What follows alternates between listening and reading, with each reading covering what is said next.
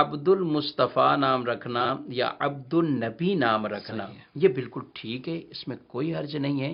اور یہاں عبد کا معنی یہی ہے کہ ان کے غلام ہیں، ان کے امتی ہیں، اور اس طور پر یہ نسبت ہے۔ عبد کی نسبت کسی اور کی طرف کرنا یعنی غیر اللہ کی طرف کر دینے سے یہ مطلب نہیں ہوتا کہ ہم بندے ہی اس کے ہو گئے۔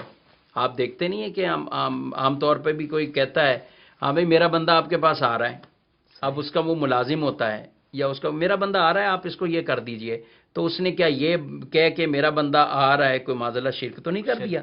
ٹھیک، تو یہ صرف نسبت سے ایسا کچھ نہیں ہوتا۔ اور جو لوگ شرک سے تعبیر کرتے ہیں حقیقتاً شرک کی تعریف سے ہی ناواقف ہوتے ہیں۔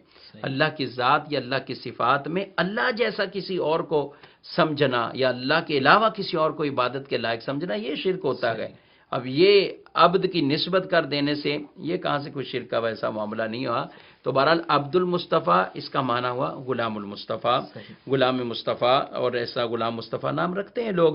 تو عبد المصطفیٰ بھی رکھا، عبد النبی بھی رکھا۔ اعلیٰ حضرت امام اہل سنت نے بڑی تفصیل سے اس کے اوپر جو ہے وہ دلائل ارشاد فرمائے ہیں، تو اس میں کوئی کسی طرح کا حرج نہیں ہے، یہ نام رکھنا جائز ہے۔